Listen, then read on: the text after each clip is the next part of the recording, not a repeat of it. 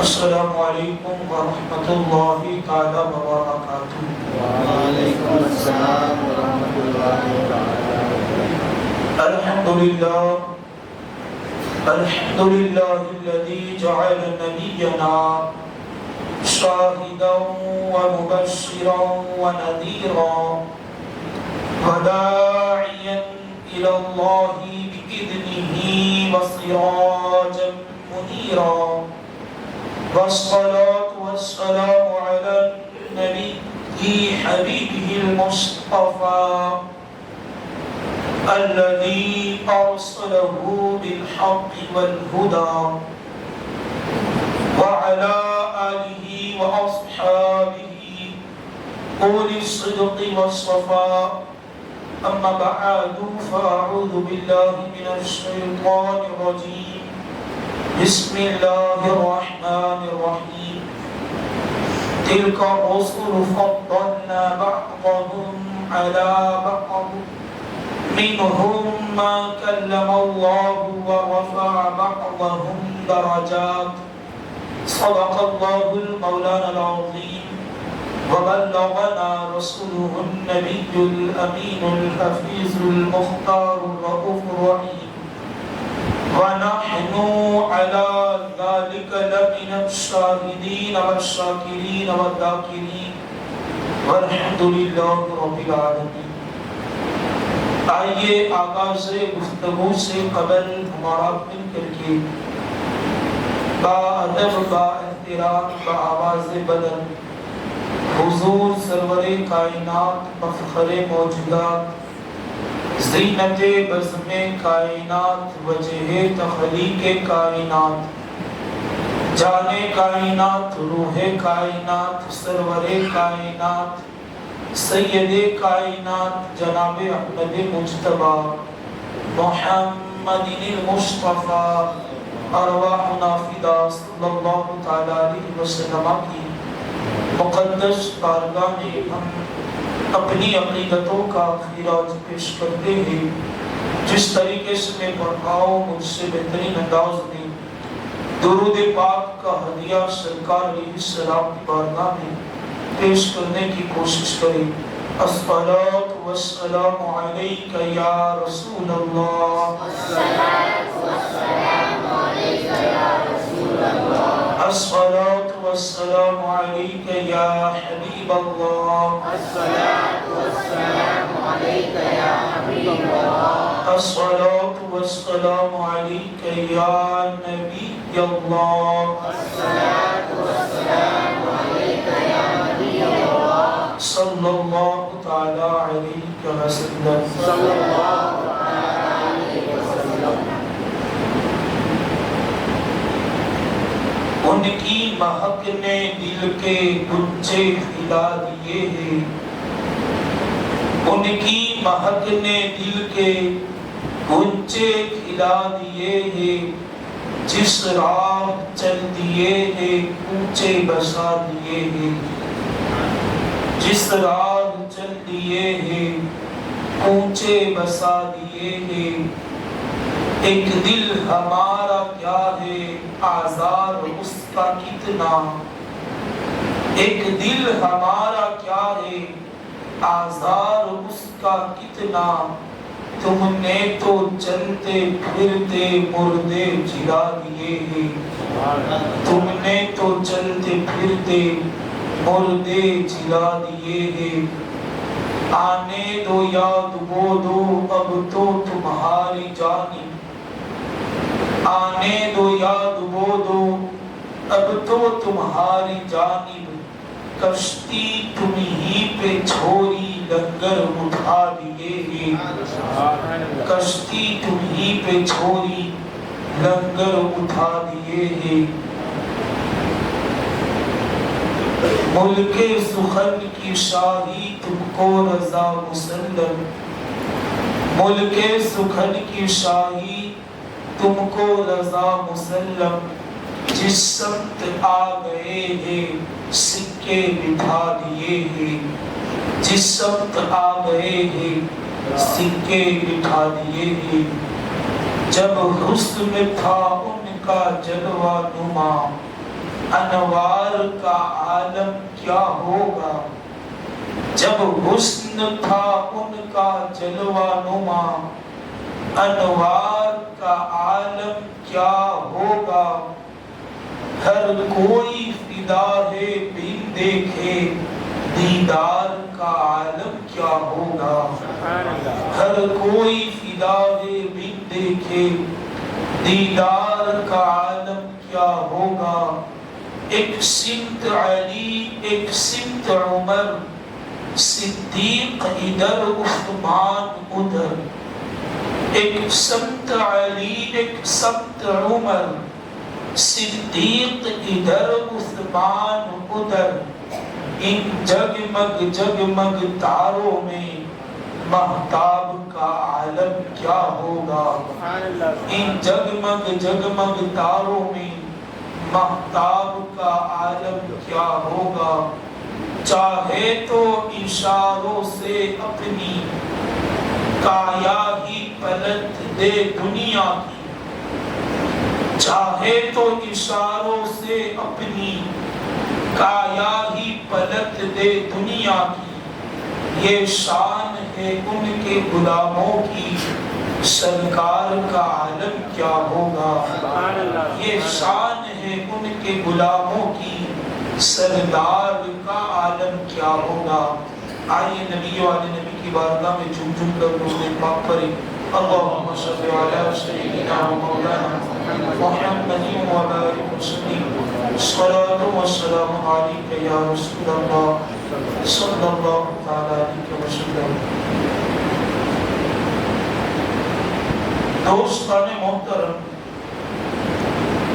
سرکار علیہ السلام کو اللہ رب العزت نے جو کمالات، فضائل، محاسن، مناقب اور جتنے بھی اللہ رب العزت نے حضور علیہ السلام کو معجزات عطا کیے ہیں، اس کے حوالے سے ہمارا تذکرہ چل رہا ہے۔ اسی حوالے سے کئی نشستوں سے ہماری گفتگو چل رہی ہے۔ انشاءاللہ العزیز موقع ملا تو سرکار علیہ السلام کی آمد کے وقت دنیا میں کن عجائبات کا ظہور ہوا، اور جب سرکار پیدا ہوئے اس وقت مکہ معظمہ اور بالخصوص خانہ کعبہ کی کیا حالت تھی، اس کو ہم وقت کی مناسبت سے بیان کرنے کی کوشش کریں گے۔ لیکن ان فضائل و کمالات کو بیان کرنے سے پہلے سرکار کی افضلیت اور سرکار کی اولیت کو بیان کرنا یہ بے انتہا ضروری ہے، تاکہ امت کو پتہ چلے کہ ہمارا نبی یہ کوئی عام نبی نہیں، بلکہ یہ سید الانبیاء ہے اور امام الانبیاء ہے، اور اللہ نے ایسے ہی ہمارے نبی کو افضلیت عطا نہیں فرمائی۔ یہ سب کچھ اللہ رب العزت نے جو کچھ بھی پیدا کیا ہے، یہ سرکار علیہ السلام کی آمد ہی کی وجہ سے اس دنیا کو وجود عطا کیا گیا ہے۔ میرے پیارے آقا علیہ السلام کے پیارے دیوانوں، حضرت سیدنا یوسف علی نبینا علیہ السلام کا تذکرہ گزشتہ کل کی محفل میں ہم نے کیا تھا۔ آج وہیں سے ہم اپنی گفتگو کا آغاز کرتے ہیں کہ حضرت سیدنا یوسف علی نبینا علیہ السلام کو حسن کے جتنے بھی خصائص ہے، اس میں سے اللہ نے حسن کا ایک حصہ حضرت یوسف علیہ السلام کو عطا کیا تھا، جبکہ سرکار علیہ السلام کو 70,000 پردوں میں اللہ نے چھپائے رکھا، آپ کے حسن کو مخفی رکھا، بلکہ بعض مؤرخین نے لکھا ہے کہ 70,000 جو پردہ ہے، یعنی حضور کو 70,000 جو پردے اللہ نے عطا کیے ہیں، اس میں جو آپ کا حسن اللہ نے چھپا رکھا ہے، تو وہ جو سب سے آخر والا پردہ ہے، اللہ نے اس پردے کو ہٹا دیا، اور اس پردے میں جتنا حسن تھا وہ حسن حضرت یوسف کے چہرے میں نظر آتا تھا۔ یعنی سب سے آخر والا جو سرکار کے حسن کا حصہ ہے، وہ حسن کا حصہ حضرت یوسف علیہ السلام کو اللہ نے عطا کیا تھا۔ اور جب ایسا حسن حضرت یوسف کو اللہ رب العزت کی جانب سے عطا کیا گیا، اور یہ بھی حضرت یوسف کا ایک معجزہ ہے جو اللہ کی جانب سے حضرت یوسف علیہ السلام کو عطا کیا گیا، تو حسن کیسا تھا، اور آپ کی ذات طیبہ میں حسن کے کیسے کیسے جلوے تھے، اگر اس کو دیکھنا ہے اور اگر اس کو محسوس کرنا ہے تو ہمیں حضرت یوسف علیہ السلام کی زندگی اور آپ علیہ السلام کی سیرت کا مطالعہ کرنا پڑے گا۔ آپ کی سیرت اٹھا کر کے دیکھنی پڑے گی۔ جب ہم حضرت یوسف علیہ السلام کی تاریخ اٹھاتے ہیں اور قرآن نے جس لہجے میں اور جس انداز میں حضرت یوسف کی تاریخ کو بیان کیا ہے، یقیناً اس کا انکار نہیں ہے، اور وہ تو یقینی باتیں ہیں، لیکن تاریخ نگاروں نے جو لکھا ہے، وہ تو تاریخ نگار تو یہاں تک لکھتے ہیں کہ حضرت یوسف علیہ السلام کے حسن کو دیکھ کر کے کئی لوگوں نے اپنی جان بھی گوا دی، کئی لوگوں نے اپنی جان بھی دے دی، ان کا حسن ایسا تھا۔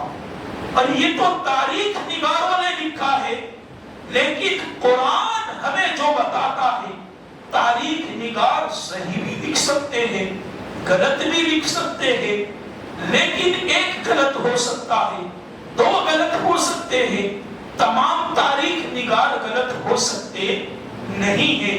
اس امت کے اجماع کو اللہ رب العزت کی جانب سے دلیل قرار دیا گیا ہے، یعنی امت کا جس بات پر اتفاق ہوتا ہے وہ امت کے لیے ایک دلیل کی حیثیت رکھتا ہے۔ یہ سرکار کی حدیث ہمیں بتاتی ہے، حضرت یوسف علیہ السلام کو اللہ نے ایسا حسن عطا کیا تھا کہ جب آپ کو آپ کے بھائیوں نے دھوکہ دینے کی کوشش کی، اور آپ علیہ السلام کو جب مصر کے بازار میں بیچا گیا تو کسی میں خریدنے کی طاقت نہ تھی، آپ کی قیمت اتنی لگائی گئی کہ کسی کے پاس اتنی رقم نہ تھی کہ حضرت یوسف علیہ السلام کو خرید سکے۔ حضرت سیدنا یوسف علیہ السلام کو وہ اپنی رقم سے خرید کر کے اپنے پاس لا سکے، لیکن جو عزیز مصر تھا، یعنی جو مصر کا بادشاہ تھا، چونکہ بادشاہ بڑا مالدار ہوتا ہے، بادشاہ جو ہے وہ بڑے مال کا مالک ہوتا ہے، تو بادشاہ نے حضرت یوسف علیہ السلام کو خرید کر کے اپنے محل میں لایا۔ تو بادشاہ کی جو بیوی تھی، عزیز مصر کی بیوی، جس کا نام زلیخا تھا، بعد میں یہ زلیخا حضرت یوسف علیہ السلام پر ایمان لائی، اور انہوں نے حضرت یوسف علیہ السلام کی زوجیت کا ان کو شرف حاصل ہوا، یعنی انہوں نے بعد میں حضرت یوسف علیہ السلام سے نکاح کیا، اللہ نے انہیں پھر جوانی عطا کی۔ یہ تمام چیزیں قرآن کے دامن میں موجود ہے۔ اللہ اللہ اکبر۔ میرے پیارے آقا علیہ السلام کے پیارے دیوانوں، جب عزیز مصر کی بیوی نے جناب یوسف کے حسن کو دیکھا تو وہ اس میں ایسی مستغرق ہو گئی، وہ ایسی منہمک ہو گئی، وہ آپ کے حسن کو دیکھ کر کے آپ کے جلووں میں ایسی گم ہو گئی، اللہ اکبر، کہ لوگوں کو پتہ چل گیا کہ حضرت زلیخا جو کہ ابھی ایمان نہیں لائی تھی، عزیز مصر کی بیوی ایک نوجوان کے حسن میں گرفتار ہو چکی ہے، حالانکہ بادشاہ کی بیوی ہے، ملکہ ہے، اس کا ایک جو ہے وہ مکان ہے، اس کا ایک بادشاہ کے پاس مقام ہے اور دربار میں وہ ایک حیثیت رکھتی ہے، اس کے باوجود اس کے چرچے عام ہونے لگے، اس کی باتیں جو ہے وہ شہر میں معروف و مشہور ہونے لگی، پھیلنے لگی۔ جب لوگوں کو پتا چلا تو جو شریف خاندان کی عورتیں تھیں انہیں بھی اس بات کا علم ہوا اور انہوں نے حضرت یوسف علیہ السلام کے حوالے سے زلیخا کو تانے دینا شروع کر دیے۔ جب حضرت زلیخا کو اس بات کا علم ہوا کہ لوگ مجھے تانے دیتے ہیں اور لوگوں کو پتا چل گیا ہے کہ میں ایک نوجوان کے حسن میں گرفتار ہو چکی ہوں، تو اس نے کیا وقالت امرأة العزیز تراود فتاها عن نفسی قد شغفها حبا انا لنراها فی ضلال مبین۔ اس کو قرآن بیان کرتا ہے، وقالت امرأة العزیز، عزیز مصر کی بیوی کو جب لوگوں نے حضرت یوسف کے حسن میں گرفتار پایا تو جو شریف خاندان کی عورتیں تھیں انہوں نے اس پر جو ملامت کی، اس کو قرآن نے بیان کیا۔ حالانکہ اس سے پہلے قرآن یہ بھی بیان کر چکا ہے کہ اس نے اپنے محل میں حضرت یوسف علیہ السلام کو گناہ کی دعوت دی، اور دعوت کیسے دی؟ حضرت یوسف علیہ السلام کو بادشاہ نے اپنے محل میں اپنے کمرے میں رکھا تھا، چونکہ خریدا بہت رقم دے کر کے تھا، یعنی بڑی رقم دے کر کے خریدا تھا، اور آپ کو اللہ رب العزت نے حسن ہی ایسا عطا کیا تھا کہ بادشاہ نے اپنے کمرے میں اپنے دربار میں حضرت یوسف علیہ السلام کو بادشاہ نے رکھا تھا۔ اب وہ بادشاہ کا جو کمرہ تھا اس کے 7 دروازے تھے۔ کتنے دروازے تھے؟ یعنی اس کا جو محل تھا، اس محل میں پہنچنے کے لیے پہلے دربار کے 7 دروازوں کو عبور کر کے، اس کو پار کر کے جب بندہ اندر آئے گا تو بادشاہ سے ملاقات ہو سکے گی۔ اس طرح سے اس نے اپنا کمرہ بنوایا تھا۔ عزیز مصر کی بیوی نے جب حضرت یوسف علیہ السلام کو اکیلا پایا تو اس نے پہلے سے وہ دروازے بند کرتی ہوئی اندر آئی۔ حضرت یوسف کمرے میں تھے، آپ کو اس کا علم نہیں تھا۔ اس نے پہلا دروازہ بند کر دیا، دوسرا بند کر دیا، تیسرا بند کیا، ایسے وہ 6 دروازے بند کر کے 7ویں دروازے پر آئی، اور جب 7ویں دروازے پر اس نے دروازہ بند کر کے حضرت یوسف کو گناہ کی دعوت دی تو حضرت یوسف اللہ کی پناہ مانگتے ہوئے وہاں سے دروازوں کو کھولتے ہوئے بھاگے۔ پیچھے سے زلیخا نے حضرت یوسف کے قمیص کو پکڑ کر کے کھینچا، جس کی وجہ سے آپ کا کرتا پھٹ گیا۔ ان چیزوں کو بھی قرآن نے بیان کیا، یعنی یہ جو حالات پیش آئے ہیں کہ کرتا پھٹا تو پھٹا کہاں سے، آگے سے پھٹا یا پیچھے سے پھٹا، اور پھر کسی نے گواہی دی۔ جب حضرت یوسف باہر نکلنے لگے تو آخری دروازے کے قریب غالباً بادشاہ مل گیا، اور جب بادشاہ ملا تو بیوی رونے لگی اور کہنے لگی کہ آپ نے کیسے غلام کو خریدا ہے کہ جو میرے ساتھ زبردستی زنا کرنا چاہتا ہے، معاذ اللہ رب العالمین، جو میرے ساتھ بدکاری کرنا چاہتا ہے۔ تو حضرت یوسف علیہ السلام نے اس وقت یہ فرمایا کہ میں نے اس نیت سے نہ تو کبھی آپ کی بیوی کی طرف دیکھا، بلکہ گناہ کی دعوت تو یہ آپ کی بیوی مجھے دے رہی تھی اور میں بھاگا۔ اب حضرت یوسف علیہ السلام کے پاس بادشاہ نے ثبوت مانگا، چونکہ بادشاہ پہلے ثبوت مانگتے ہیں، اس کے بعد کارروائی آگے ہوتی ہے، آگے چلتی ہے۔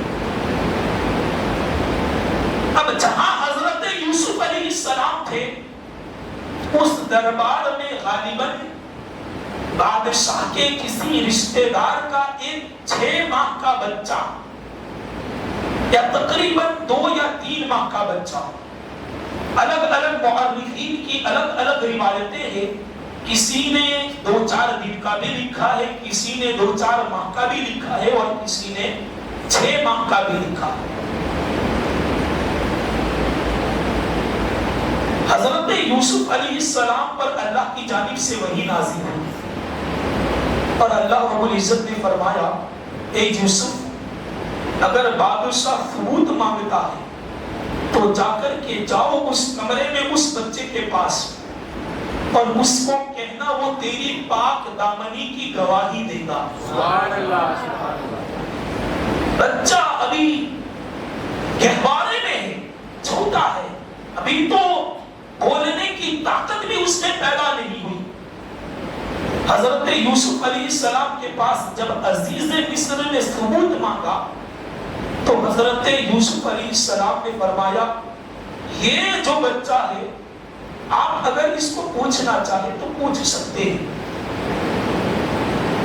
بڑا تعجب بھی ہوا، بچہ کیسے بتا سکتا ہے، کیسے کہہ سکتا ہے، لیکن وہ چھوٹا سا بچہ گہوارے میں سے بول اٹھا کہ اگر یوسف کا کرتا آگے سے پھٹا ہے تو پہل یوسف نے کی ہے، اگر یوسف کا کرتا آگے سے پھٹا ہے تو یہ زبردستی یوسف نے کی ہے، پہل یوسف نے کی ہے کہ عورت بھاگنا چاہتی تھی اور یوسف اس کو پکڑ لیتے تھے اور جو ہے وہ پھر وہ کرتا پھٹ گیا، اور اگر کرتا پیچھے سے پھٹا ہے تو اس بات کی دلیل ہے کہ گنہگار یوسف نہیں بلکہ گنہگار عورت ہے اور عورت نے پہل کی ہے۔ ان لفظوں کو بھی قرآن نے بیان کیا ہے، ان لفظوں کو جس کا ترجمہ اور جس کا مفہوم میں بیان کر رہا ہوں۔ یہ بچہ بولا تو پھر دیکھا گیا کہ کرتا کہاں سے پھٹا ہے، تو پتا چلا کہ کرتا پیچھے سے پھٹا ہے۔ تو پھر بادشاہ نے بیوی کو ڈانٹا اور اس کے سامنے حقیقت آ گئی۔ پھر حضرت یوسف کو محل میں رکھا گیا، لیکن چونکہ زلیخا حضرت یوسف سے انتقام لینے پر تھی، بدلہ لینے پر تھی، کسی بھی طرح حضرت یوسف علیہ السلام کو قید کی سلاخوں کے پیچھے ڈالنا چاہتی تھی کہ اگر یہ میرے ساتھ بدکاری نہیں کرے گا یا یہ میرے ساتھ عشق نہیں کرے گا، محبت نہیں کرے گا، تو میں اس کو قید خانے بھجوا کر رہوں گی۔ حالانکہ یہ چیزیں عورتوں میں بیان کرنے کے لائق نہیں، اور نہ تو ان چیزوں کو تفصیلاً بیان کیا جائے، لیکن حضرت یوسف علیہ السلام کے حسن کا کمال جاننے کے لیے قرآن نے جو بیان کیا ہے اس کو ہم آپ کے سامنے رکھ رہے ہیں۔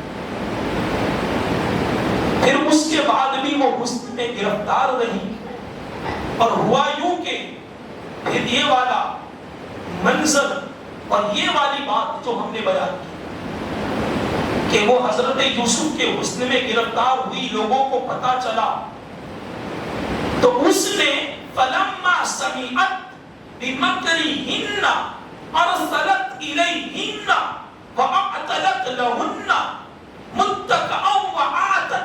اس کو قرآن نے بیان کیا. تو اس نے کیا کیا؟ اس نے جو کیا اس کو قرآن نے بیان کیا.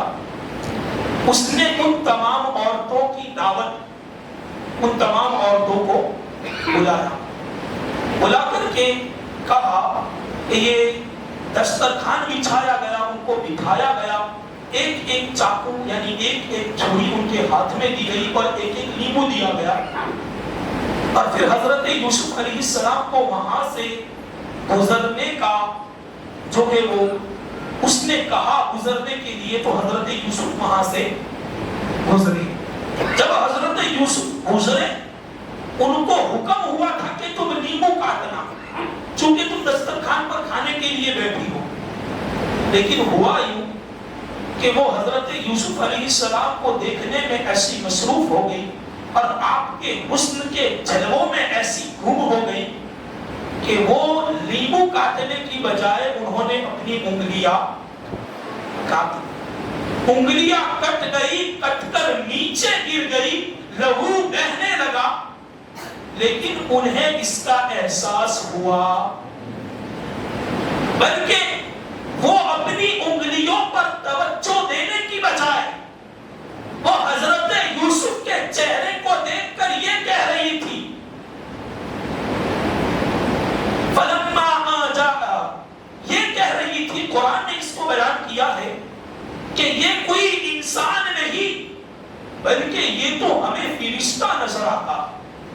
یعنی ان کا حسن ایسا تھا. انگلیاں کٹ گئی.